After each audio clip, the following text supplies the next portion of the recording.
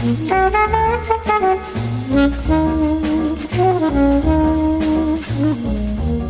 ég hræddur það, kæri hlustendur, það síðasti pingjuþáttur ársins sem að er að koma hérna yfir ykkur núna. Já, rétt. Þannig að föstudaginn, loksins eðlileg pingja, segir einhver. Föstudagskaffi án kaffi.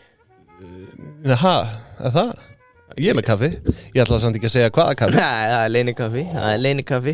En við erum náttúrulega nýbúin að ljúka við svo kallaða svona frumkvöðla seríu. Já, 4 þættir. Kringu jólin, Birgitta Haugdal, Jakob Jomma, Eyþór og Tómas, rithöfundur útgefandi. This just in, Auðun Bragi, Auðun með 1, Auðun mínus Bragi, Auðun með 1, 2N mínus 1. 1N. Hann er að fara að senda okkur random áskrifanda hérna eftir stund. Já, einmitt. Sorry, ég ætlaði ekki að trufla þig. Nei, og svo bara Daniel frá Wake Up með spili smellur. Ég bara er að fara yfir svona það sem að hefur borið á góma hjá okkur síðustu 4 þætti. Þetta var stór skemmtileg sería. Mikið hlustað, mikið hlegið, mikið grátið, mikið sent, sterk viðbrögð. Já. Fólk hefði gaman að þessu. Það var bara allur pakkin. En núna erum við konur hingað til að gera upp árið. Svo er náttúrulega annað. Ég veit ekki hvort það hefði tekið eftir. Ég bjóð til nýja covermynd fyrir áskiptaþætti. Svona fjólublári pingju. Já, geggja.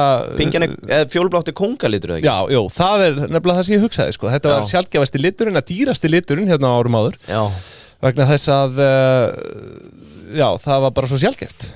Já, þetta kemur mjög vel út. Og þetta birtist á hvar? Bara í Spotify? Já, bæði á Spotify og svo bara inn á áskriftinni partus.is/pingjan. Við viljum að sjálfsögðu hvetja fólk til að skrá sig þangað á 9 ári. Við lofum góðu efni. Þið hafið ennþá einn dag. Ég keyri inn smá kostnað á fyrirtækin. Já. Þetta er ekki peningaþvætti. Nei. Þetta er bara eðlilegu kostnaður. Þetta er bara svona starfsmannafræðsla. Það er sturlu dagskrá framöndan. Já. Við getum alveg sagt það. Já. Það eru skemmtilegi þættir. Geggjaðu þátturinn núna annan jólum. Já. Og ég held að Vala ætli bara að koma til okkar. Það er eiginlega bara staðfest. Já, Vali Sport. Já, Vali Sport. Eftir piparinn. Hvað kölluðum við hann áttur í þættinum? Vali Mag? Nei, var ekki bara Valgeir? Vali Mag? Minni það? Valgeir Magnússon? Vali Mag? Mannaði ekki. Hann ætlar held ég að koma. Já. Hann var allavega staðfestur fyrir einhver síðan. Svo er Jón Þór frá Kaldalón. Það er þáttur í janúar. Við erum íslenska erfðagreiningu. Það er bestið þátturinn okkar á upphafi. Ég held það. Svo er náttúrulega Dynout líka, sko. Má ekki gleymast. Inga kemur. Og að vera mikill uppgangur þar. Þannig að það eru stórskemmtilegir tímar framöndan í áskriftinni hjá okkur. Jón Þór frá Kaldalón, það er aðhaldsþáttur. Hann hringdi og hann fekk að koma. Það verður svona 3 mínútur. Ég var bara eins og dvergu við þvagskál hjá hann. Hvernig eru dvergar við þvagskál? Hvernig láta þeir? Bara á tánum. Já. Ekki? Jú, góður. Það er langsóttur þarna, en skemmtilegur. Já, ég sá þetta. Þetta er Brandar og Naked Gun. Gjöðu mér klapp. En það er nóg framöndan í áskriftinni. Og sömuleiðis verðum við áfram með ykkur á föstudögum. Heyrðu, þátturinn í dag. Þetta er dagskrá í bland við enga dagskrá. Jú, þetta er svona. Við erum með leiki. Ég verð með völvuna, viðskiptavölvuna. Þetta kom svona yfir mig bara í gærkvöldi bara. Ég reykti út með spánum. Já, þú ert náttúrulega berdreiminn. Já. En það ekki? Jú, klálega. Sko, við erum með 2 leiki til að draga úr. Já, býtu, hver er annar? Fyrst ætlum við að gefa í boði Matakompani, sem er náttúrulega, þeir Gummi í Matakompani, tók þátt í að stofna prepparinn. Hann veit ekki að Einmitt. Fer svo út og Matakompani er hérna í kjallaranum. Þau er að gefa gjafakörfu.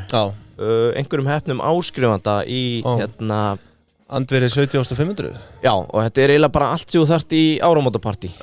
Grafin gæs, lax, reykt, grafið, sósuna með. Frábært að smjatta á sig með rauðu, hvítu, sjampó. Öllu þessu helsta. Vodkaskoti kannski. Já. Brennivín. Ágaviti. Og svo var ég náttúrulega með aukaleik með Matakompani að gefa út einn heppinn áskrifandi á kjarnhiti.is. Það er komið póstlistaskráning. Fær 100 grömm af A5 Wagyu nautakjöti. Já, ertu að fara að veita þessar 2 verðlaun hérna í dag? Já, ég ætlaði bara að nýta tækifæri. Auðvitað. Maður þarf alltaf að húsavitni. Ef ég væri sjálfur heima að draga, þá væru samsæri. En ég er að reyna að finna randomfallið, þannig að þú verður bara í beinni. Já, ekki spurning. Að því sögðu, þá er Júsú með okkur í dag. Já. Það er nóg framöndan á 9 ári hjá þeim. Og bara ágætt kannski að Völvan spái því að opni nýtt útibú, ég veit það ekki. Já, ertu með þannig spá? Það kom ekki til mín, en hérna, við viljum að sjálfsögðu minna á Yuzu, sérstaklega núna fyrir áramótin, það nennir enginn að vera að elda, nennir því enginn, þannig að bara stökka á Yuzu og fá sér einn sjoppuborgara. Já, á gamla skólanum. Við þökkum hamborgarastað okkar kynslóðar kærlega fyrir samstarfið og stuðningin. Að því sögðu langar mig líka að nefna Kelduna og þakka þeim fyrir samstarfið árinu. Ég veit að það er stanslaus nýsköpun í gangi þar. Kitty er á tánum, hann er svo dvergur við þvagskál, Lensan er líka. Já, ef það ættir ekki konu þá myndi ég held að væri dverginniður En þau eru náttúrulega 2023 var þáldi ár Keldunar. Það frábærar uppfærslur þar. Sömuleiðis er fréttaleitin orðin eins og öflugasta á landinu, ef ekki svo öflugasta. Heyrðu, ég býst við grænum tölum á Keldunni. Þú stalst alltaf með sinni. Ég er nú bara meira að segja með hérna lið í bóði Keldunar. Eftir yfirferð mín fyrir árið kemur bara beint að Keldunni. Ég á búin að senda post á Lents og Kitta og var með tórsarinn í BCC bara til að vita þeim aðhald að þeim myndi ekki vita að bossin væri og ætlaði að spurja hvar finn ég þetta. Ég náði að íta á undo á 40-50 sekundu. Ertu með undo takka þegar þú sendir post? Já, 30 sekundur. Já, ég er með mínútu. Þannig að á 40-50 sekundu þá hugsa ég ætla að leita á henni spyr, finn ég þetta ekki á Keldunni og ég er með þetta hérna á eftir. Þetta, gerum þetta giskleik. Já, ég er góður í því. Já, þú ert berðriminn. Þú ert náttúrulega berðriminn. En hérna, verðum við ekki að byrja á einu samt? Bara jólamaturinn. Já. Hvernig var þetta hjá þér?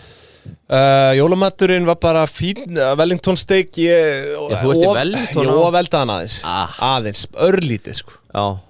Varst ekki að nota kjarnita eða? Nei, ég var að nota Ég var að nota mælinn hérna. Já, og hvað fórstu að hátt? Samkvæmt leiðbeiningum frá ákveðnu fyrirtæki. Akkur notaðu ekki kjarnita? Á að fara upp í 52 gráður. Já, svo tekur út. En ég hef alltaf verið í kringum 47 síðustu ár. Já. Og ég glemdi því bara núna, þannig að steikin var komin upp í 51 og tek hann út, læt hann að hvíla í 10 og það var hún bara á eila orðin, ég ætla ekki að segja medium vel. Já, hún var svona medium vel. Medium vel, eitthvað svona. Ég vil hafa hana medium rare. Já, en hvernig var með rauðkáli? Varst það ekki með rauðkál með þessu? Ég borði ekki rauðkál. Í alvörunni? Nei, ég vil ekki sjá það. En býrðu ekki til rauðkál? Fyrir fjölskylduna? Það er hvað rugglaður. Ert þú í því eða? Já, ég nefnilega, það er eiginlega sjá svipina rúla, þú ert bara svo alvörunni sjokkeraður. Ertu ekki býrðu ekki til rauðkál? Nei, ég vil ekki sjá það Ok, ég ætlaði nefnilega bara að tala um út í að þú varst með klúðum. Mér datt í hug að ég ætti hérna er allt fullkomlega með mér, takk fyrir að spyrja. En ég klúðraði rauðkálinu. Ég setti ómikið að negulnöglum. Já, ef fólk að vinna með negulnaglana í þessu. Það hafa komið ár þar sem ég er með negul-kanill ratio alveg 1:1. Ég fór á langt núna, ég var með nagla. Og það er erfitt að það var svona pínu tjúi en býrði alveg ekki til rauðkálandi fjölskyldinni. Ekki eins og nefnda mömmuðinni eða? Ekki fræðilegur Ég meina þóttu borðið það ekki. Ég borði ekki eins og græna bönir Ég er alveg hryðjuverkamaður, það kemur að þessu Ég get gular bönir með steikinni. Arnar, þú mátt klippa þetta út en hvað tegunda auðmikið ertu eiginlega? Býrði ekki til rauðkál fyrir fjölskyldu? Herðu, það er árið 2023 hérna. Já Þú ætti að búa til rauðkál? Ekki verið að tala svona. Nei Svöltum þetta. Það verður nóg að viðbjóða í þessum þætti.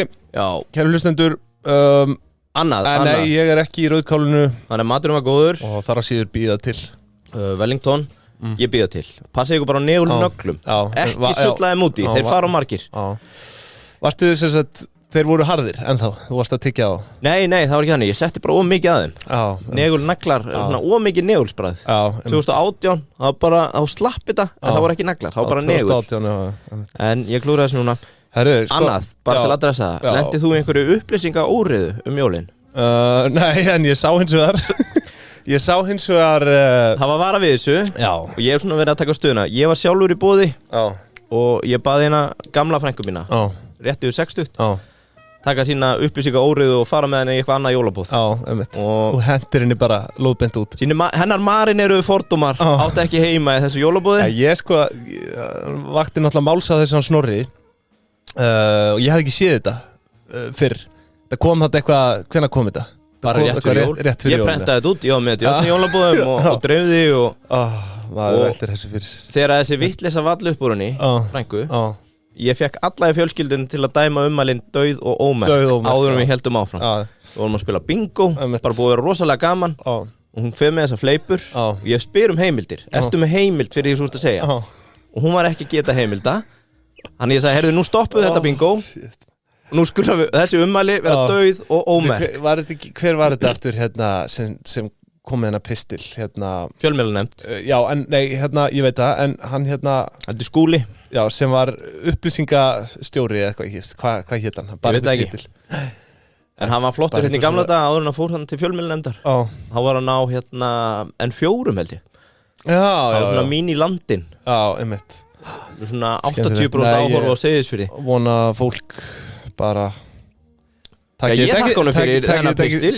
Ég margprentaðan og frænka, hún mæti með heimildir í næsta jólabóð. Það er allavega, það er tryggt. Því líka ruglið.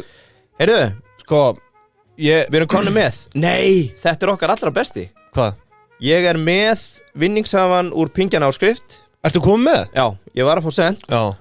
Otto Ingi Ingimarsson. Otto Ingi Ingimarsson. Ég ætla ekki að segja tölvupóstina hans. Nei. En ég er 90% vissum að þetta sé harðasti pingjumæður á landinu. Já, er það? Hann meiri segja sendi mér held ég þegar hann er í 1% sko. Það er svoleiðis. Ég held þetta sé hann. Nema að séu 2 Ottoar Þetta er auðvitað stór skemmtilegt að heyra. Við óskum Otto innilega til hamingju með þetta. Hann hefur tryggt sér gjafakörfu. Já, ég skal senda verið maðurinn áramótin. Ég skal senda post á sínu heimili, og láta hann vita. Nei, hinn heitir Otto Marvin sem er 1%. Já, ég vona að þetta sé allavega harður hlustandi. Otto Ingi Ingimarsson í áskrift á Pingjunni. Þú varst að fá gjafakörfu frá Matarkompani. Gríðarlega öflugt þarna fyrir hann að koma heim með þessa körfu auðvitað. Hann verður maðurinn. Herðu, sko, við erum með svo náttúrulega sko, maður skipta þess aðeins, við erum með svona einhverjar fréttir í kringum hátíðarnar, einhverjar nýjar. Getur klára hitt fyrst? Hvað ætlar að koma þið frá? Kjarnhita? Já, ætlar að klára það líka? Já, ég er semst búin að sitja upp í Excel alla. Já, þú er búin að Ég held að þetta sé ráðherra, sér þetta? Nei, ég sé þetta ekki. Ég held að sé ráðherra á listanum, sko. Ekki segja nafnið, ég held að þetta sé ráðherra e-mail. Já, það er staðrind. Það ekki? Jú, þetta er ráðherra. Heyrðu, ég er með rand between. Já. Og ég gerir 3 svar. Ok. Svo segir þú töluna. Já. Ok, 1, 2 og þetta er sigurverðin. Er klár? 31. Það er nú með 31. Það er Pet. Ég sendi Það er Pet. Á Pet@vísir. Pet@vísir? Já. Skemmtilegt. Þetta er örgulega einhver oldtimer því að þetta eru gömlu sko vísismeilin. Heyrðu, þar eru það 2 sigurvegarar í boði Kjarnhita, Pingjunar og Matarkompani. Já. Gleðileg jól. Gleðileg jólin, gleðilegt árið. Já, nú er náttúrulega jólin búin þannig við séum gleðilega rest. Gleðilega rest. Já. Herði, sko, já, eins og ég segi, þetta eru einhverja fréttir hérna, við höfum vist nóg að tala síns mér, ég verð með völvuna, búin að vera berdreimin undanfarið, svo erum við líka með, sko, svona, hugsaði þú eitthvað út í viðskiptamann ársins, viðskiptaskurkur ársins, jável? Sko, hérna heima? Já. Þannig að Scam Bank Fraud Freed er skurkurinn. Já, hann er, já. Og í rauninni var annar gæi viðskiptamann ársins. Ég var nefnilega búin að hugsta erlendis. Ég spáði ekki hérna heima. Sam Altman frá OpenAI. Ég held að það, já, hann er klálega kemst á þann lista. Svo er samt sko, hérna heima, við skulum eiginlega ekkert vera eða meiri tíma í þetta, þú veist, auðvitað er það bara Guðmundur Fertram. Já, auðvitað. Keresis, bæði stofnandi og forstjóri, eins og flesti þekki á að Keresis selt til danska fyrirtækisins Coloplast. Já. Fyrir 1,3 miljardar bandaríkjadollara og þú veist, náttúrulega löngu orðið frægt og ég held að það komist enginn með tærnar þar sem hann hefur hæluna núna í ár. Nei. Ég nefndi eiginlega ekki að tilnefna fleiri. Kristján Loftsson kannski, ég veit það ekki. Já, Loftsson. Harður á sínu. Held reyndar að það sé ennþá hægt að hvetja til þess að kjósa hann sem mann ársins á Vísi. Taldu það, sko... Sem að hann klálega er. Já, við erum náttúrulega með viðskipta skurk ársins líka. Það voru svona nokkri sem ég vildi tilnefna þar. Það er náttúrulega kannski Seðlabankinn. kannski ekki efst á blaði en tilnefning allavega. Akkurru? Nefndu mér hversu oft hafa spáð réttu hérna á þessu ári. Já, þú vilt meina, þú vilt enn og aftur gast þess að hagfræðinga í þessu hlaðvarpi ég er baksýnis. Og þú ert að tala ég er baksýnishagfræðingur. Þetta er reynda góða punktur hjá þér að það er margbúið að benda það að verðbólguspár held ég hjá Seðlabankanum hafa ekki staðist í allavega yfir ár. Já, og þú veist bara ekki eins og rétta átt sko. Mér finnst von að hengja heilan banka fyrir nokkra hagfræðinga sem að þú ert hér til að gasta. Það hefur náttúrulega ríkt frekar mikil svona óeining innan þeirra vekja sko, þeir hafa talað að spá peningastefnunefndar sé ekki spá Seðlabankans og eitthvað svona, þú veist. Já. Bara maður velti því fyrir sig bara svona, því að þú veist, allir æðstu stjórnendur þarna eru í peningastefnunefnd. Upplýsinga óreiða í Seðlabankans. Já.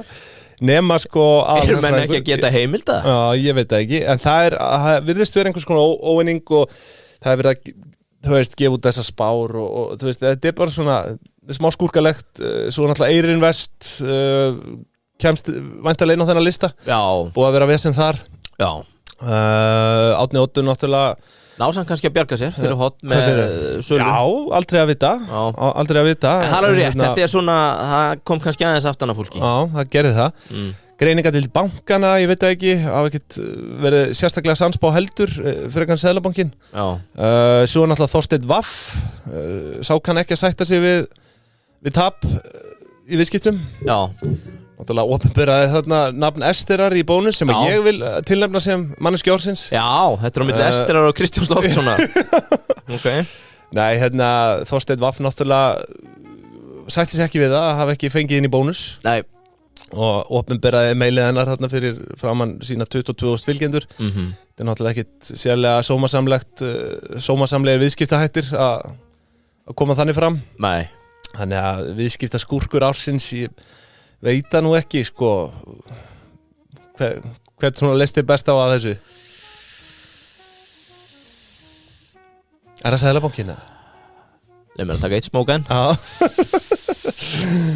Ég veit það ekki. Ég veit ekki, heyrðu, ég veit hvernig við gerum það. Háðu könnun. Já.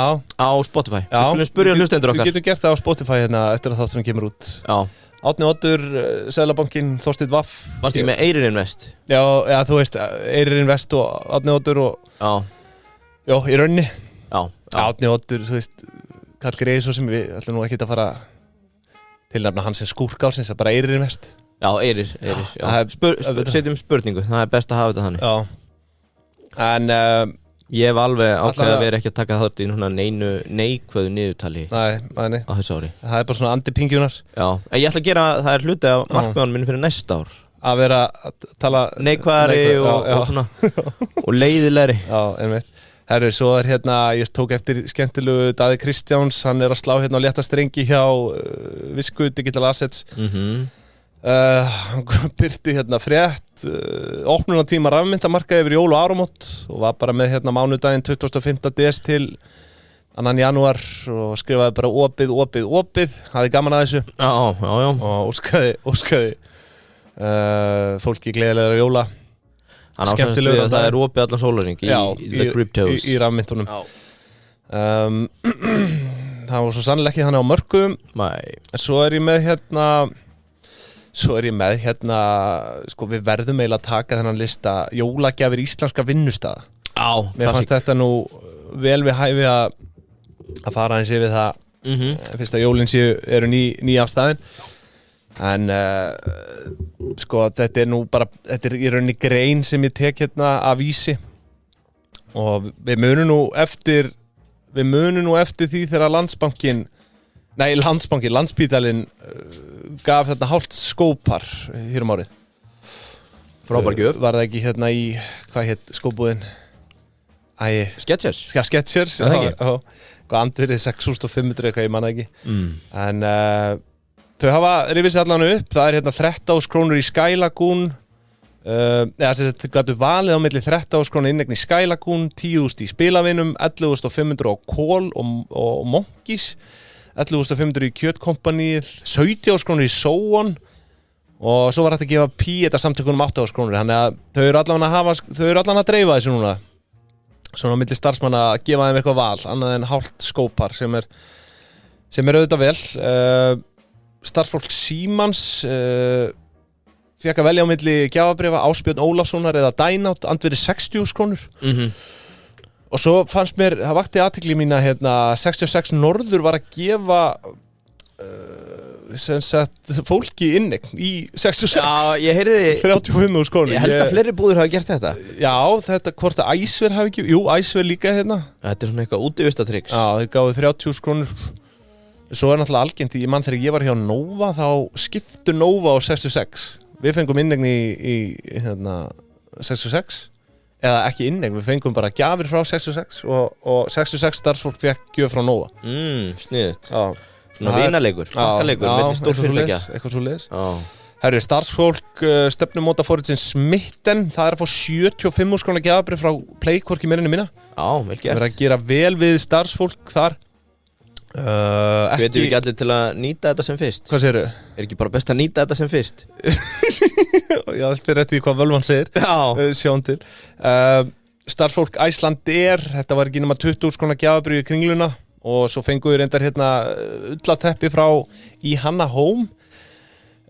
Starfsmann Kvik og TM fá sömuleiðis ullateppi en gjafakort þeirra 50.000 króna virði. Samtök atvinnulífsins og iðnaðarins gefa 45.000 króna gjafabréf í Kringluna og kampænsflösku haltu þér. Ætli það sé úr kampænsfélaginu? Kemur fram nafnið, hvað flaska? Nei, það kemur því miður ekki. Já, bara, við ætlum bara að gefa sjampó. Já. Það er ekkert verið að segja hvaða sjampó. Já, nei. Samherji er að gefa matakörfu, ullateppi, skurðabretti, beinatöng. Já, stendur nú ekki andvirði. Starfsfólk íslenska erfðagreiningar launafrí milli hátíðana. Getur við tilnefnt eitt skúrk? Já. Þetta er reyndar hættulegur slagur til að taka. Veitu, hvað með það? Að það var þetta útspil hjá skattinum fyrir jól að banna að gefa bankakort. Já. Er það ekki bara skúrkurinn? Það er skúrkur. Jú, herðu, ég ætla að bæta þig við á listan. Já, út af því að skatturinn. Ég skilði alveg að skatturinn sé að fylgjast með upphæðunum og annað. Já. Segjum bara, hvað var, 68.000 eða 160.000? Já, 160. Eitt heimskulegt, ef þú færði veglegt jólaboð þá ætlum við að fara að reikna það inn í. Þannig að með huglaða mat á hvað er. Eitthvað sem tengist ekki rekstri, ég menna þú veist. Já, í staðan fyrir að skilgreina bara eina upphæð. Tengist það ekki rekstri að einhverju leiti að halda starfsfólki ánæðu? Jú, það er allána. Og svo hitt, að banna eða þú veist tilgreina að þetta séu bankakort, en þú mátt kaupa 150 skall í Play eða ICR eða þessa upphæð sem er tilgreind. Og svo getur þú bara tekið það og selt á eða hvað þú gerir. Og þú veist, peningar eru bara peningar. Ég skil ekki, það er bara verið að stýra. Já, ég meina þetta var eitthvað sem ég ætla að taka fyrir því. Við erum náttúrulega búin að vera í 4 vikur núna, ekki að komast í neina fréttir eða neitt, Blörraði út RSK, þannig að við séum ekki að búa okkur trófinni. En mér finnst þetta mjög steikt. Mér langaði að koma einmitt inn á þetta, Það var náttúrulega þetta fólk sem gagnrýndi opinberlega líka, Velti ég fyrir sér, skilurðu í rauninni hver er munurinn á því að, þú veist, kannski að kaupa gjafabréf á eða í Kringluna eða Smáralind eða eitthvað. Ég fór náttúrulega ekki djúpt í þetta, en þú veist, ef þú horfir bara á að fyrirtæki er að borga 100 skall fyrir bankakort eða gjafabréf í Smáralindinni eða eitthvað, þetta er bara 100 skall fyrir út, en þeir ætla að fara að skilgreina að þær eða þau á milli þess að vera á strippbúlum í Pólandi. Það var löggan. Á vegum ríkis. Að fara að skilgreina þetta er bara pjúra peningagjöf. Ég skildi ekki. Mér var þetta skrítið. En ég seti á listan. Herru, svo var íslensk erfðagreining, þau fengu launafrí milli hátíðana, bók og 90.000 króna gjafabréf í Kringluna. Þetta er helvíti vegleg gjöf, 90.000 króna gjafabréf í Kringluna. Já. Sér það. Það er bara út á barnasvæðinu. Já, pottet. Ég held að barnasvæði í Kringlunni sé sigurvegari ársins í viðskiptum. Já. Það er búið að trekja mig að svona 100 sinni samt að ég heima á hliðin og Smáralindinu. Já, er þetta ekki þannig uppi hjá Kúmen og þar eða? Jú. Já, ég hef ekki... Nei. Þetta er þessum Dunkin Donuts og Crispy Kreme voru. Já, þetta er þar, já. Ég hef ekki komið að það. Markastjórinn hjá Kringlunni. Genius. Já. Hvernig er datt þetta í hug? Genius. Já, skemmtilegt. Herðu, 90.000 króna gjafabréf, ég ætla að segja eitthvað sem ég er núna búin að gleyma. Þú tókst mig alveg út af laginu. Fyrirgefðu. Ég man það ekki. En Marel er að gefa starfsfólki 50.000 króna gjafabréf og frídag 27. desember. Jú, nú mann ég að þetta. Það sem ég ætla að segja er að það virðist vera sem er ríkið og þetta var náttúrulega, þetta búið að vera tugga lengi hjá fjármálaráðherra, núna Þórdísi Kolbrúnu og í fyrra Bjarna Ben að ríkið eigi ekki að leiða sko launakjör og fríðindakjör skilur á atvinnumarkaði. Þú veist, hver önnur ríkisstofnun á fætur annar bara að gefa frí á milli jól og nýjárs. Já, hvað ætli það telli í peningum? Er það ekki meira heldur en eitthvað gjafabréf? Maður velti því fyrir sér skilur hvort það þurfi ekki að gæta einhvers konar samgildnist þar sko. Og hvað einmitt launafrí, telur það ekki til hann alltaf telur til skattsöðu þetta. Já, akkurat. En aftur á móti, þú veist, þá ég bara þú veist, ætti það þá samt ekki að telja til þessara 160.000 króna. Þú veist, hvað liggur línan? Veit það ekki. Herðu, sko, Össur, þú veist, þessi einkafyrirtæki eru mestmegnis að gefa bara svona frí 1 dag, 1-2 daga. Meðan að ríki að gefa bara alla vikuna, sko. Já, sem eru hvað, 3 dagar, mið, 5, föst, það ekki? Jú, það er rétt. Nú, geða mig klapp. Sko, Lögmannsstofan Logos að gefa hérna gjafabréf frá Icelandair upp á 60.000 krónur. Nokkuð gott. Festi að gefa starfsfólki 40.000 króna gjafabréf hjá verslunum Festi. Þetta virðist vera svona Þetta hringrásar hagkerfi sem við svolítið verið að tala fyrir. Ríkisútvarpið gefur starfsfólki sínu bakpoka. Hvað, segðu þið eitthvað? Nei, ég ætla að segja, ég saknaði svolítið að fólk sé að gefa kólipsjöfnun. Það eins og hún sé gleymd. Já, og svo hérna bara, þú veist, alls konar veltur svona doldið á sko, hvort þetta sé ríkið eða ekki. Það var svo hvað heita þeir sem gáfu 1 milljón App Dynamics gáfu, það stærsta jólagjöfin, fá 1 milljón í jólabónus og þetta eru náttúrulega, þú veist, skattengdar, þetta eru rauninni tekjur sem þau eru að fá aukalega sem skattlaðar. Já. Þannig að það leyft. Skattræðisflokkurinn þarf að taka eitthvað að þessu. Já. Ég kalli ekki lengur sjalla, þetta bara skattaflokkur. Já.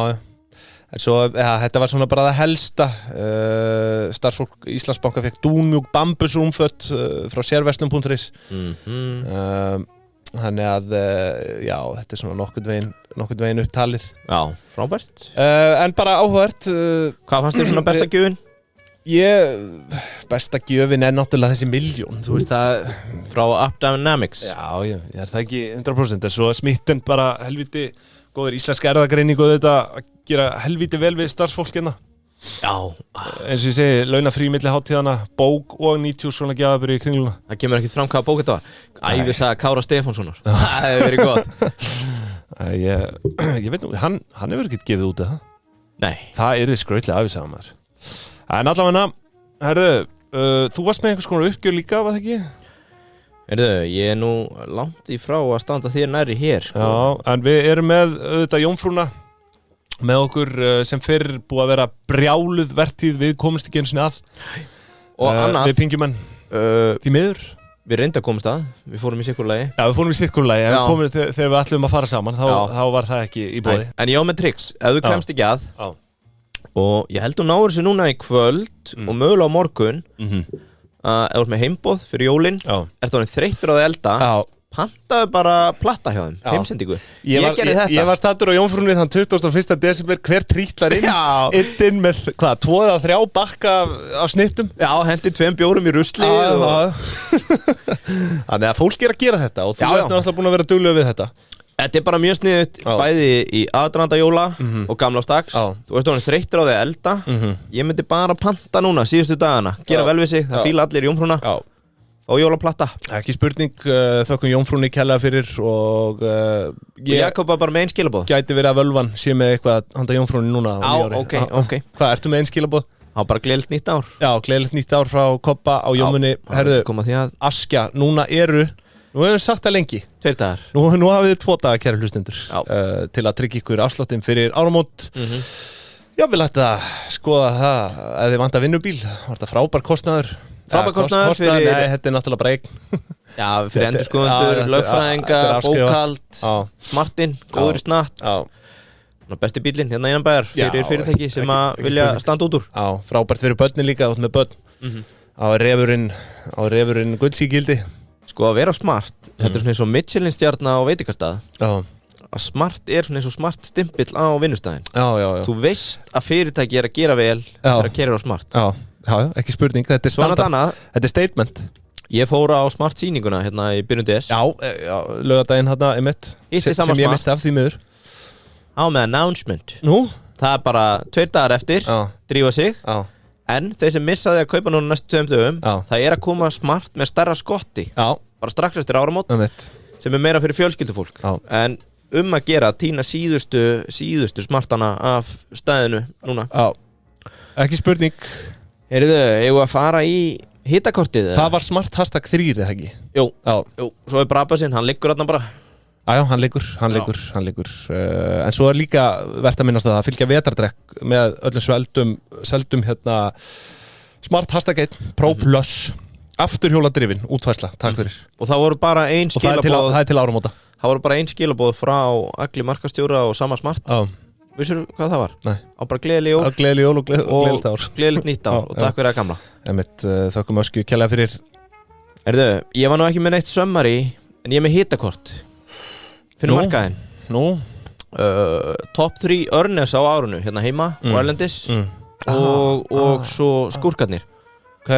Og ég nenni ekki að fara yfir allt, en ertu með Örnera hérna á Íslandi líka? Já, skemmtilegt. Það var það sem ég ætlaði að senda á kelduna. Svo bara áttaði ég með því, heyrðu, þetta er inn á keldunni. Já, þetta er þar. En til að giska, hvaða fyrirtæki á íslenska aðalmarkanum og First North ekkert fara að kíkja kannski? Nei, ég ætlaði að bara top of mind, ekki fara inn á kelduna. Ég veit þið langar. Ég veit hverju biggest Örners eru sem einstaklingar hérna á Íslandi, sko. Ég er að tala félag, bara ætlaði ekki að giska það? Áttu við hvaða félag? Hvaða félag hækkaði mest árinu? Hækkaði mest. Year to date. Sko Ertu að tala um fyrirtæki sem voru á aðalmarkaði allt árið? Já, ég heldur að það hefur verið allt árið. Má ég kíkja við listan? Eða þú veist, af fyrirtækjum þú veist Ok, heyrðu, til að Ok, mér langar að skjóta á hérna Ég ætla ekki að leiða þér að giska á nummer 1. Giska á top 3. Þú mátt horfa á listan og segja mig hvaða top 3. Ég held að Amarok Minerals sé á þessu lista. Ok. Þeir voru náttúrulega First North í byrjun. Ég sagði First North og Já. Ég ætla að segja Amarok Minerals önnur hækkun. Hagar er náttúrulega búið að vera í smá hástökki. Já, ekki alveg. Heyrðu, what? Þetta er sann skrítið, kemur nú vart. Hvað? Þeir eru bara 6,85% árinu. Mest á Hagar? Já. Ok. Samt year to date. Year to date. Ég veit ekki. Kaldalón. Nei. Þeir eru samt búin að hækka alveg slatta. You're a wasted talent, my boy. Okay. Herðu, Amarok er í efsta sæti með 48,41% hækkun á árinu. Það var fyrsta það var top of mind. Já, Ölgerinn er nummer 2, 41% upp. Standa í 14,75 þegar þetta var skrifað og sagt. Og svo eru það snaðarnir í Sjóvá með 25,52% hækkun. Sjóvá. Já, ok, sko. Tökum núna skúrkana. Já, veitur, Kaldalón var hérna. Þeir voru svona mitt ára orðinni freka lágir. Sko, þeir eru í 7,28. Þeir eru í 7. sæti. Já. Þeir eru einmitt. Og ég veit ekkert hvort það sé tekið til arðgreiðslna eða endurkaupa eða eitthvað í þessu. Málið er að Kaldalón er búið að hækka bara á einhverjum 6 mánuðum sko úr bara 13 eitthvað upp í 17. Já. Sem er nokkuð gott stökk sko en hérna þeir byrjuðu náttúrulega árið bara í kringum náttúrulega fóru í öfuga þarna. Já, hérna öfugt stokksplitt. Við glemdum að spyrja um því það. Já, það er vissulega rétt. Skítum þar. Hann kemur einhvern tímann aftur. Fylgta IQ. Já, bara gífulega vel gefið maður. Já. Það er ekki spurning að fannst þér ekki gaman að fá svona alvöru verkfræðing í þáttinu? Jú. Þetta er svona þetta er Jón Þóri það sem hann kallar alvöru verkfræðing. Já, hann er bara með allan pakkan þar sko. Ég kallaði hann steipu heila sko. Já, þetta er líka maður sem að sko þú veist, svona verkfræði, þú veist, þessi maður kann að byggja dót sko. Já, bara allt. Já, það er líka sko Ég er ekki viss að fólk myndi nenn að lesa listan bara fullri vinningu. Ég spurði hann hvað gerur þegar þú ferð í opið hús Hann byrjaði að tjekka burðarþolið það next level. Þetta bara þessi pjúra verkfræðingur sem var gaman að hitta. Maður var svona að leita einhverju hérna fyrir frænku og frænda 18-19 ára, kannski að kíkja í opið hús með einhverju hugmyndir, kíkt á burðarþolið. Hann var bara að koma með einhverju hugmyndir sem að enginn spáir í sko. Hann next level. Hann verður í áskrift hjá okkur á 9 ári, hann skráði ykkur þangað. Og þá það skúrkarnir. Viltu gera það í samstarfi með einhvern? Nei, við skulum bara koma með það eftir. Já, heyrðu, giska á 3 neðstu félögin. Neðstu, sko, Icelandair. Nei, ok. Nei, það er náttúrulega byrju. Nei, Icelandair, þú ert að taka year to date. Já. Sko. En það munar nú bara einhvern 3 dögum ef við verðum að taka þetta 12 mánuðir versus year to date. Já, en ég að segja, þú veist, ég alltaf að hugsa því að það var svo mikið dífa mitt ár Já, ok, 6 mánuði. Þannig að ég man ekki alveg hvernig þetta var statt í byrjun árs. Ég ætla að henda Skal gefa þér hint. Já. Lowest performer er 66,46% niður. Já, það er Marel. Nei, það er sennilega ekki 66%, en Marel er á þessum lista. Það er 100%. Nei. Hæ?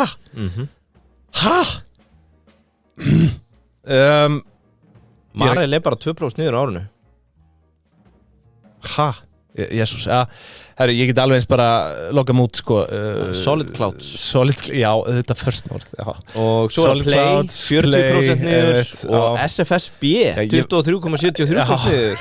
Þú veist, Yngvi, þú getur ekki verið að taka þessi félög, sko. Velta á þessu ári var svona innan 10 milljónar, sko. Ok, heyrðu, leiðréttur veltu, það var sín hérna, 21% niður. Aðalmarkað. Og Æsir er 16,87% niður. Já, það var Þá ertu komið með... Ég var með 1 rétt allavega. Já. En Marel, er Marel ekki meira niður á árinu? Þeir eru náttúrulega búin að vinna svo á eftir að boðu kom. Skjótast úr, 360 upp í 400 og eitthvað. Það er rétt. Frá lægsta punkti. En þeir náttúrulega falla gríðarlega bara, Year to day, kall minn. Heyrðu, á ég að prjóna bara beint í erlendis. Og það er engin spurningakefni, sko. Hvað varstu með í þessu? 1 af 6 eða? Þú varst með Amarok og... Nei, ég var með Amarok og svo, Æsir. Já, þeir eru hendum, First North út. Ég ætla samt að gefa þér þetta. Takk fyrir það. Heyrðu, smá yfirferð erlendis frá, sko... Highest earner og þetta er S&P 500. Það er örugglega einhver microstock sem er að fara upp á einhverja 20.000. En erlendis þá er það félag í bandarísku vísitölunni S&P 500 sem er hæst upp á þessu ári AppLovin, 258%. Ég hef heyrt þetta fyrirtæki gegn tíðina. Veist hvað ég gera? Nei. Þetta er held ég svipa á Unity. Þetta er semst plattform fyrir leikjahönnu til að búa til leikina sína. Svona, bara plattform. Og make them grow and how to monetize them. Þetta er... En er þetta ekki, sko, hér stendur in the AppLovin leading app marketing platform. Já, þú veist, þeir búa líka til ad inventory eins og þeir eru út að spila leiki og annað. Þá getur þú selt auglýsingar inn í gegnum appi, bara eins og Google AdSense fyrir heimasíður. Ég held að þeir hafa verið fyrstir fyrir... Já, er þetta fyrirtæki í S&P 500? Já, AppLovin, 258%. Þetta er 13,7B. Já. Númer 2, Nvidia, 227%. Og ég er með grein sem var skrifuð hérna. Maður verður nú að geta heimilda svo að fjölmiðla lendi eftir ekki á mann. Megum við segja Wikipedia? Ég finna hérna, þetta var annarkort Yahoo Finance eða ég með þetta hérna í símanum, finna. Nvidia 227% upp, þau voru svona the darling of AI boom. Þau eru með 1 trilljón bandaríkjadollara í market cap. Já, þetta var hástökkvari ársins. Sérstaklega fyrir svona ógeðslega stórt fyrirtæki. Já, ég er að segja það. Þetta er væntanlega næststærsta eða ekki á þessum lista hjá þér. Upp. Já. Jú. Og þriðja er DraftKings. Er það ekki betting plattformin? Jú, líklegast kongarnir þegar kemur að sportsbetting í USA. Já. Þú hefði betur keypt eins og staðan er í dag, maður hefði betur farið í það heldur en GAN. Þú hefði betur keypt kaup. Hugsa eflaust ófáir Íslendingar sem ákvaða að taka það galna bett. Svo er það Vertiv Holdings með 17 miljardar bandaríkjadollar í market cap. Þeir eru 234% upp. Hefur eftir með þetta? Nei, það er svolítið skemmtilegir. Þeir selja og þjónusta hugbúnað. Hardware, hvað er aftur hardware á góður íslensku? Það er svona, er það ekki bara eða svona... forrit hardware og software hugbúnaður og software er hugbúnaður, hardware er þetta ekki meira bara svona vörur einhverjar nei, bara það sem þú út að kaup það er stólegur mér þú veist, þegar þú keyptir Word á disk skilur, var það ekki meira svona hardware þú veist, einhvers konar sem er bara svona á desktopinu hjá þér þú veist, chipsinn og þetta er hardware ég veit ekki heyrðu, það er hérna það má ekki fara í gegnum eitt ára á þess að nú er það engin spretta sko, það sem að Vertiv Holdings gerir að þeir selja og þjónusta vélbúnaður þarna koma selja og þjónusta hugbúnaður vörur og þjónustu tengda gagnaveru svo sem orku og kælingabúnað og fleira í þeim nei, ég ætla að segja bara tölvan er hardware, skilur já, akkurat og lokum hérna top 5 Palantir Technology Palantir, já, við höfum nú talað um það já, sem á að stofna Peter Thiel 280% upp og það er svona það sem er talað um, þeir eru bara svona big data analytics en ef þú ferð aðeins í smáletri þá er þetta bara svona deep state, þeir eru að vinna mikið með gögn hérna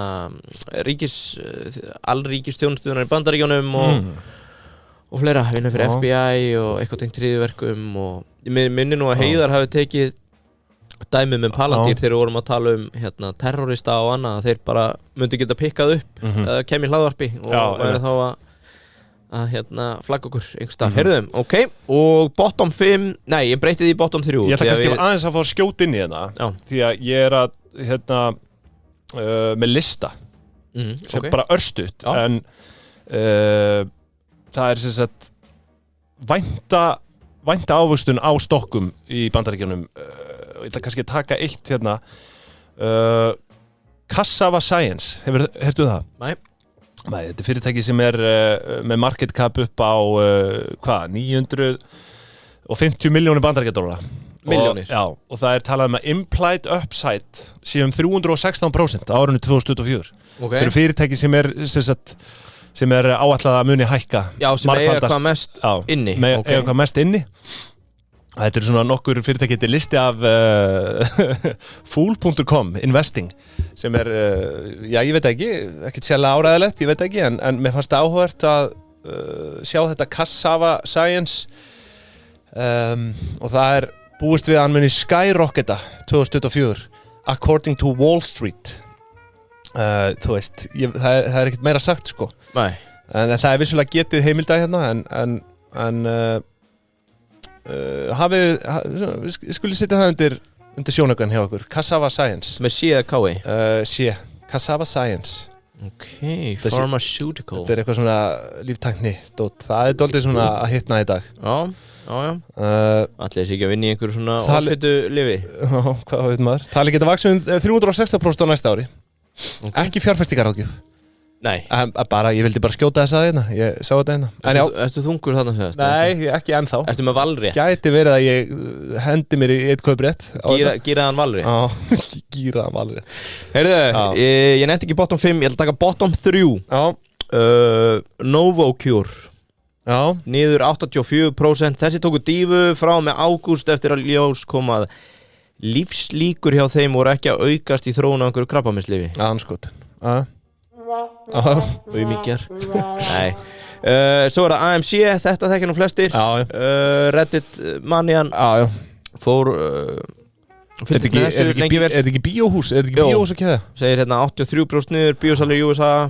eiginlega ótrúlegt ef þú spáir í því að þeir sé ennþá lífi með að við Havari sem var í kringum hana 2020 hvað fyrirtæki geta að lifa lengi í 2021 já, frá 2021 júni 2021 hafa þau fallið 97,3% já, en var ekki Reddit manni hann fyrr?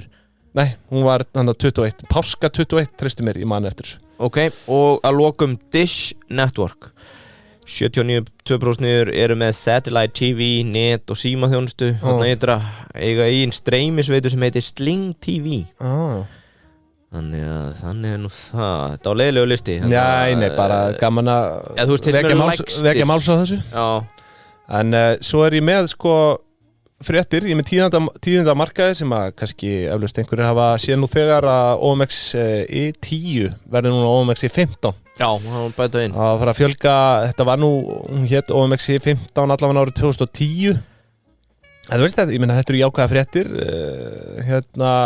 nú eru Brim, Hagar, Hampiðan, Sjóvá og Vísa komin, Reytir dettur út þannig að það verða í rauninni bara 14 félögu í OMX 15 til að byrja með. Nú, já, það er bara staðan. Ok, já. Og hann Magnús Harðar forstjóri Kaupallarinnar talar að þetta muni vissulega endurspegla markaðin betur, sem auðvitað rétt. Þetta er betri, þetta er sjóðavænni vísitala, myndi maður segja. Já. Því að núna er líka verið að þannig að vísitala mun endurspegla bæði seljanleika og stærð. Ég held að þetta hafi farið alltaf eftir veltu áður Já. Þannig að það hafi verið að Já, veltu með bréfin. Já. Ok. Þannig að Þetta hljómar svo frábær skref. Hvað segirðu? Þetta hljómar svo frábær skref. Já, þú veist, þetta er einhvers konar blanda.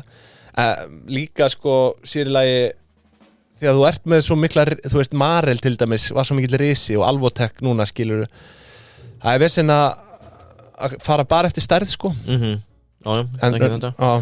Ég veit ekki. Heyrðu, má ég koma eitt skemmtilegt? Já. Sem að ég ætla að hvetja alla íslenska SEO-nörda til að taka fyrir Ísland. Ég fann hvað var mest leitaða Why are beep so expensive í öllum ríkjum í Bandaríkjunum 2023. Ég ætla að gefa þér valkosti. En þú mátt giska. Hvað var fólk að googla? A. Var það guns? B. Er það eggs? C. Er það toys? Eða D. Er það boys? Þetta er semast why are guns so expensive? Why are eggs? Það eru boys? Já, bara svona joke. Ég myndi segja Bandaríkin, heimsveldi heimskunar, hafi sagt guns. Nei, það voru egg. Öllum ríkjum Bandaríkjana var það mest googlaða why are eggs so expensive. Vitaðu hvað það kostar hér það? Ég held að þetta hafi bara tengst í að þau var að upplifa verðbólgu í fyrst skipti í 40 ár. Eitthvað er allt í að hækka. Herðu, þá þakka ég fyrir mig. Varst ekki með Kanada inni, svo er það ekki? Nei, það var bara Bandaríkin. Nei, ok. Allt í hakkinu náttúrulega í Kanada, Já, ok. Þetta ekki búin að sjá það? Nei. En herðu, viltu ekki fara að henda þér í völvuna? Jú, ég ætla að fara að henda mér í völvuna. Það var eitt sem að vakti athygli hjá mér með skal ég segja Gio Salmo. Já, Salmon. Var að loka Er það ekki Salmon? Nei, Gio Salmo. Var að loka 2 milljarða króna fjármögnun. Sorry, þetta er bara svo auðun með einu enni. Þetta er Gio Salmon með engu enni. Gio Salmo. Já. En strákar, eigum að hafa enni í Salmon? Nei, sleppu því. Gio Salmo. Ok. Ég velti því fyrir mér. Maður sér ekki annað orðið í fjölmiðlum en þessi helsi eldivöll. Við þurfum að ræða þetta við Daniel okkar hjá Arína. Já. Ég held að hann sé viðræðan þetta. Já, það. Viðlóðan. En er ekki verið að draga úr landeldi allstaðar í heiminum? Er það ekki sjókvíeldi? Já, sjókvíeldi. Það er verið að auka landeldi. Já, það er verið að lauka landeldi, eins og þú segir. Já, það er verið að auka. Nei, maður veltir þessu fyrir sig, maður er bara fann að sjá, þú veist, þetta er bara eins og mathallinnar í Dansko. Verðum við bara að koma með AB bílasprautun eldi Má ég kom með eina spá fyrir árið 2024 að það verði sameiningar þarna, þetta er að vera að byggja held í 4 landeldisstöðar í Ölfusi í kringu Þorlákshöfn og þetta sem að eiginlega meikar ekkert sens. Ég spá að verði sameiningar þarna. Sameining, Völvan gæti verið með einhvers konar sameininga spá ég veit ekki en enga síður mjög spennandi uppbygging því að sjókvíaldi er komið ansi mikinn skít. Já, ég meina House of Skeler þeir eru inn í þessu inn í þessari fjárfestingu. Þannig að ég hef nú ekki miklar ágjörð á þessu. Fyrst að Johnny er komið með putan í þetta. Já, Skelfjörðin, Reykfjörðin. Já. Herru, svo Eskja inn í þessu líka og byttu fyrir þér maður. Herru, Völvan 24. Ég ætla að hafa hann í boði Payday og Hafsins. Já. Og hafið náttúrulega leynir skríðarlega á sér þegar það kemur áramótum. Það er hægt að fá allt fyrir áramótin. Rækjukoktelar, humar. Humarinn er hann er algjör nauðsyn áramótin. Ég myndi mæla með, hefum kannski verið að tjekka hvort það er ekki örugla bóðstólum. Ég sé það samt alltaf í búðunum hjá þeim núna. Saltfisk krokett. Þetta er algjör snill. Þetta eru litla svona saltfiskbollur. Hendir þessu njóp. Fólk hakkar dísi. Börnin slefa yfir þessu. Já. Ekki það? Já, gamla fólki gera. Já, börnin líka.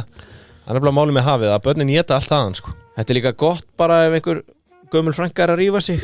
Heyrðu, nú skalt þú geta heimilda, ekki Wikipedia og við ætlum að fyrirgefa þér, fá þér eina saltfiskkrokett og bara taktu þig og þína upplýsingaóreiðu eitthvað annað. Ekki spurning, ef þú nennir ekki að elda þá hafið bara frábær viðkomustaður því að þar fer þetta bara inn í opn og búið sömuleiðis áramótin, getur fengið allan fjandan þarna og já, ég held að við þökkum þeim bara fyrir samstarfið á árinu, frábær viðbót sömulegis Payday með okkur hérna að detta inn í 3. árið með okkur núna 2024 og við erum búin að, þú veist, með svo fallegt við erum búin að vera að horfa á það að vaksa í gegnum tíman sem við verið með þeim. Payday getur alltaf verið viðskipti ársins líka ekki frekar en Keresis. Í raun, ég eiginlega bara hálf skammast mín að hafa ekki þú þurft að flokkaskipta Payday eiginlega viðskipti ársins í flokki SAS undir 5 milljónum 100%. Við vitum þetta ekkert kaupverðið. Nei, en svona það er náttúrulega einfalt að bara sjá þetta inn á keldunni, þau eru svona ákvæm í verðmatinu það lítur að vera bara svipa en við hvetjum að sjálfsögðu alla að hefja nýtt ár, gera það áramóta hitt að senda rétt reikninga segjum það ekki, áramóta hitti að senda reikningana sína í gegnum Payday bara ekki spurning hvort þú ert með bara þinn eigin rekstur einirki, meðal stórt fyrirtæki og jáfnvel stór fyrirtæki núna eru komin meðal viðskiptavina þannig að Payday, join the force og kíkja á mælaborðið í dag, þið verðið ekki svikin. Nei, það held ég ekki. Gaman að sjá þetta svona síðast degi ársins. Já, herru, Völvan 2024 eins og ég segi, það kom bara eitthvað yfir mig. Já, í boði hins bergdreymna. Já, í boði hins bergdreymna manns sko ég held að við séum að fara inn í svarta tíma. Við erum að leiðin í myrka tíma. Völvan það er þungt yfir völvunni núna og það er náttúrulega mikil spenna og mikið óvissu ástand. Við erum með stríð á 2 vígstöðum í Evrópu, það er verðbólga, það er alltaf að leysast upp einhvern veginn. Fyrsta sem kom yfir völvuna í nótt var að við hljótum að sjá ríkisstjórnin að falla. Já. Ég held að ríkisstjórnin muni falla, Kristrún Frosta, hún mun taka við. Já. Guð bless okkur öll. Fjármagnstekjuskattur verður hækkaður upp í 26%. Kristrún skattadóttir? Já, í tímabundnum aðgerðum sem munu vara lágmark í 10 ár. Algjört lágmark 10 ár. Við erum að fara að greiða 26% fjármagnstekjuskatt einstaklingar. 24 eða 5? 26, sagði ekki 26 já. Og hérna Völvan útilóka það ekki að þetta muni hækka á þessum 10 árum en viðmiðið verður 26% á árinu 2024. Verðbólga, hún mun hjaðna mjög hægt, við munum enda árið í 5,8% verðbólgu. Þetta svona kom yfir völvuna. 5,8%? Já. Ok. Við munum sjá sérúrræði hjá bönkunum til að björga öllum sögunum sem að keyptu auka íbúð eða spenntu bóganum hátt árið 2021. Já, einhver svona endur fjármögnuð íbúðina sína því að vaxtaumhverfi var svo frábært og keyptu aðra og sitja núna í súpunni. Við munum sjá svona einhver sérúrræði fyrir þessa sauði. Meiri lóðir, nei takk. Meiri bætur, já takk. Við munum sjá meiri bætur, takk. Við munum sjá verktaka fara á hausinn, nýbyggingaverktaka. Ok, einhverja sérstaka? Nei, ég ætla ekki að nefna neinn nöfn. Einhverju landshlutar eða? Ég held að það verði hrina núna árið 2024. Ok. Þetta mun náttúrulega leiða til enn frekari hækkan á húsnæðismarkaði. Já.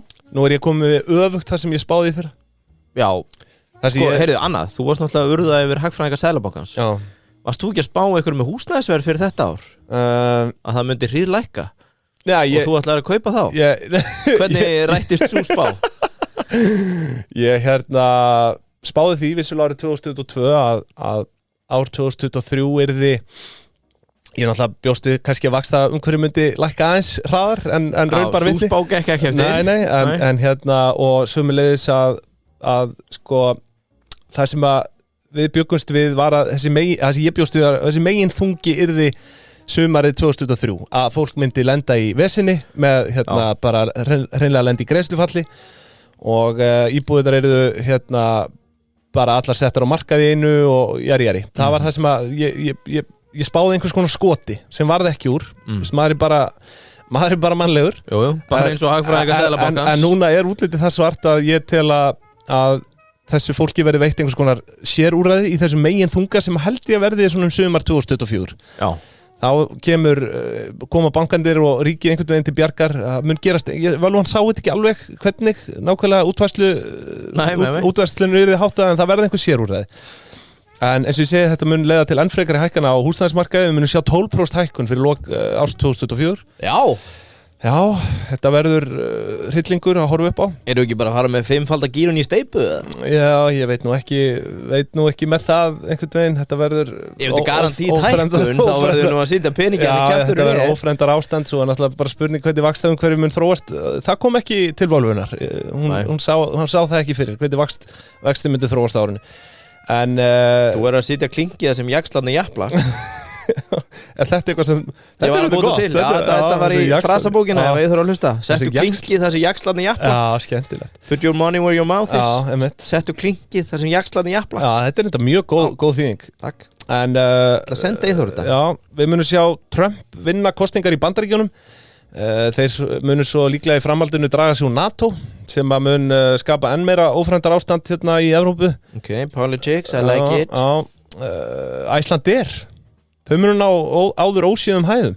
Munum sleikja þristinn fyrir loka árs. Einhverja hagsmunir þannig að baki? Nei, ok. Herðu, Solid Clouds maður, þau verða væral á TikTok. Á þessu ári? Já. Þau eru samt að stopna TikTok fyrst reyndar, þau með að líta á það sem bara viðskiptahugmynd frá mér. Þeir Stefán og Stefán eru nú vinnur okkar, en við þurfum að veita þeim aðhald. Leikurinn kominn í production? Ég skal ekki segja. Þú átt að hluta við, þú átt að vera að veita alveg aðhald. Ok, áfram. Eins og ég segi, þau verða væral á TikTok, þau verða vissulega að stopna aðgangin fyrst. A lot of clicks, a lot of dicks, er það málið? Og þetta kom gríðarlega óvart að þau eru ekki á TikTok. Bara svona í alvörinni tala, sko. Þetta er alveg típist dæmi fyrir það, sko. Þau með að taka þessa markaðsráðgjöf og gera hana sinni. Þau verða allan að væral á TikTok á árinu og þau ná að tífalda veltu. Þetta mun leiða til hækkan á markaði og þeirra síðustu hlutafjáraukningu, henni er lokið. Aha, þetta er þetta sagt? Já, á næsta ári? Nei, ég bara, þau fóru náttúrulega í hlutafjáraukningu, hvað var það, í september eða eitthvað? Það hættu við? Já, var það? Já. Það er... Sko, völvan, þetta er ekki góð. Nei, þú klippir þetta ekki út, sko. Þú fóruðu ekki, hérna... Það hættu við. Við tölum um þetta í þætti á okkur. Þau herjuðu á einhver engafjárfesta en hættu við. Ég er alveg viss um það. Já, herðu, maður sjá. Já, við frestuðu henni, alveg rétt. Já, 400, það var í september, já. Frestar.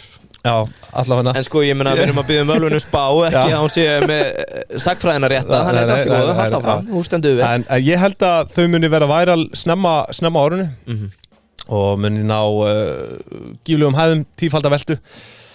Væral TikTok, allavega, við munum sjá sameiningar í útgerð. Frekar, já, völvan sá ekki hverjar, þetta kallaði bara á mig að það verður eitthvað stórt. Við munum sjá stórar sameiningar á árunni. Já. Ég er nokkuð vissum að þetta verði á rafmyntana. Það verður náttúrulega Bitcoin helmingun 22. apríl. Já. Völvan sér ekki alveg hverjar fimmföld gírun og valréttur í Bitcoin. Hvaða rafmyntir munu skara þetta fram úr, en XRP er ofalega í huga. Já, ok. Er það Ripple? Það er Ripple. Já. Ég segi ekki meir, það kom til mín. Jómfrúin, hún mun opna annað útibú. Já. Býttu á landinu þá? Já. Nei, mögulega. Völvan sá það ekki. Gæti verið á flugvelli. Já. Ég veit það ekki. Já, expansion heldur áfram. Já. Ok. Jón Ásgeir, Johnny, hann verður viðskiptamaður ársins 2024. Já. Það er ekki alls ólíklegt. Búið að vera mikil uppbygging hana og við hljótum að sjá eitthvað. Já, ég vona að þeir sé að hlusta og gýri sig og fari í real estate, Bitcoin, Ripple. Þetta var það sem öskraði á völvuna, þetta verður árið hans Jóns Ásgeirs. Já, ok. Herðu, gervigreind, hún verður sett á ís einhvern tímann á árinu. Á ís? Við munum sjá... Bara worldwide? Já, við frekari þróun, við sáum náttúrulega undirskriftalista frá, hvort það hefur verið 1000 vísindamönnum, eða svona þeim sem að voru viðloðnir í gerfugreindinni meðal annars Sam Altman Wozniak sem Apple og fleiri. Hann náttúrulega snjallasti lobbyist sem hefur orðið til með forskot á þróun og þá fyrir hann að tala fyrir reglugerð sem að mun sportna gegn newcomers. En það var allavega undirskriftalisti það að það ætti að holta þessu á þessu ári en það varð ekki úr því en ég held að árið 2024 verði vendingar sem leiði til þessa og ég held að ríkið verði með puttana í því einhvern veginn, ríki heims verði með einhvers konar svona tillögu að frestun á frekari þróun á gervugreind. Ég get ekki beðið eftir að Lilja Alfreðs kemur með eitthvað útvæðslega þessu fyrir okkur Íslendinga frista gervugreindina en þetta það sem Völvan sá og kannski verða bara einhverja niðurgreiðslur ef þú verður gervugreind hérna á Íslandi eins og með allt annað. Herru, og loka sín Völvunar þetta kom fyrir hennar augum svona milli svefs og vöku núna í morgun. Þú ert að vera pappi? Nei, okay. Við munum sjá eldgos á árunu Já, annað eldgos Já Þetta var bara svona þetta var mjög skýr sín Ég veit ekki hvar mun gjósa en það verður eldgos á árunu 2024. Ég held að mín spá fyrir árið 2024 verði God damn, that's good. Þú ert ekki myrkur í máli og ég. Þetta bara money talks, lífið heldur áfram, peningar koma, peningar fara. En svo held ég þetta verið risastórt ár fyrir Addan og Iddan persónulega. Ég bara hef sjaldan gengið að bjartsýnn í nýja tíma. Völvan var reyndar dálítið svört í árið eins og ég segi, þetta eitthvað sem kemur yfir mig, þetta ekki ég sjálfur. Þetta einhvers konar einhvers konar trans og bera saman með alla hagfræðingarna sem þú tekist að gaslýsa árunum og svo fá einhverjum vísitölu. Ég verð með þetta punktað þetta hjá mér. Herði, að því sögðu kæru hlustendur þá held ég nú að herði, það nú eitt sko. Ég verði að koma inn á eitt Ég með nokkra hluti sem ég vil bara loka. Mangar fjall frá. Blessus í hans minning. Ok, takk þetta öðru Það sem við nefndum ekki stórt á árinu, bankakrísan í Bandaríkjunum Silicon Valley, allt það Memories, ríkistökkun, bjargaði Sam Altman hjá OpenAI Við vorum í frumkvöla kaffinu þegar hann lenti í sínu hafari Hendundur stjórn og hann orðinn aftur framkvæmdastjórn Hendundur framkvæmdastjórn, allavega Það var bara uppþótt á meðal starfsmanna þau vildi ekki missa hann Já sko, stjórnin hendur honum út af því að hann að fara ofrætt í einhver business objective meðan þau vilja vera research og ethics Microsoft ræður hann og hinn gæjan sem var með honum og innan við 2 dögum 600 af 700 starfsmönnum skrifa undir að þau ætla að hætta og fara til Microsoft ef að hann kemur ekki aftur stjórnarmennirnir by the way, stjórnarmaðurinn sem var mest fyrir ethics í þessu var með sömu hugmyndafræði og Scam Bankrupt Freed með altruism, manstu eftir því? Nei, ok, þá bara googlið það og hann ráðinn aftur sem framkvæmdastjóri skipt út stjórninni og Microsoft basically á projektið Þetta var rosalegt Þetta stórmerkilegt og að ná bara svona hlið hotlistu einhvern veginn á baku sig 600 af 700 starfsmenn svo veist alltaf hætta Veistu hvað hefur verið gaman?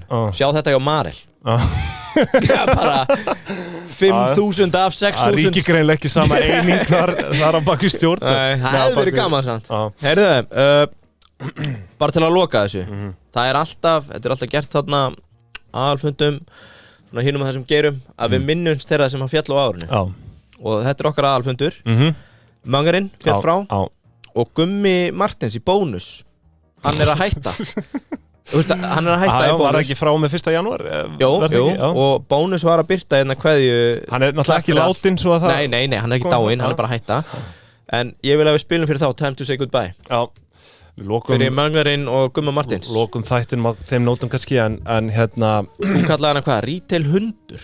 Nei, það gerði ég nú ekki Gerði ég það? Já, ég held það Þú með að skráða niður þú verður að geta heimilda Já, djúð Upplýsing óriðan Herðu, farið varlega inn í áramótapartíin ekki segja neitt án heimilda Ég verð náttúrulega að koma inn á það líka að sko bara alveg að lókum árið 2022 þetta er náttúrulega alltaf gert upp árið eftir við þekkjum þetta hérna úr ársreikningunum að methagnaði fyrirtæki á Íslandi 751 milljarðar króna sem við fögnum, þetta er búið að vera 2021 og 2022 svona ár fyrirtækjana 2020 var náttúrulega herfilegt ár en eins og ég segi, með hagnaði fyrirtækina, en það stoppar það ekki að Kvika, hún búin að cancela áramótapartíinu.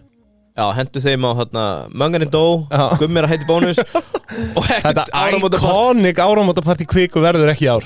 En var það eitthvað iconic eða? Ég veit ekki, þetta var bara frétt sem ég sá og svo hún tekin út, sko, Passaðu hvað þú segir, við gætum að klífa þetta út. Nei, ég fann ekki fréttina, en þetta er auðvitað leiðilegt fyrir starfsmenn. Er það ekki bara þannig? En við óskum starfsmennu Kviku gleðilegs nýs árs, vonum að þau hljóti ekki frekar en ekki þrátt fyrir þetta partí sé að cancela, sko. Já, það ekki öfum snúning á TM og gangi glöðin í nýtt ár. Já, það held ég. Herði, kæru hlustendur, áður en þetta kemur, fyrir hönda okkar beggja, þökkum við öllum sem hafa verið með okkur árinu. Já. Allir þeir sem eru í áskrift, allir þeir sem eru alltaf að senda á okkur, eins og Jakob Birgis er núna að senda á okkur ég sá það hérna. Ánægði með yfirferðina á Pipar, hann mann náttúrulega auglýsingastofu. Magga, Dökkar Rós, takk fyrir að fá okkur á Þorlák þegar komist ekki á Jómfrúna og bara gleðilegt nýtt ár. Já, það ekki. Og gleðilega rest. Gleðilega rest, kæru hlustendur. Og það time to say goodbye fyrir Mönger, áramótapartí á Kviku og Gumma Martins. Og þakku við fyrir verið sæl. Skor.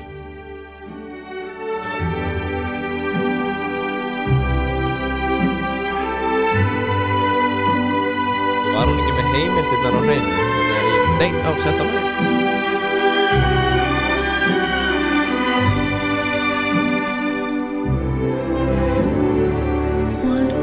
Solo sogno l'orizzonte mancano le parole. Sì, lo so che non c'è luce in una stanza quando manca il sole.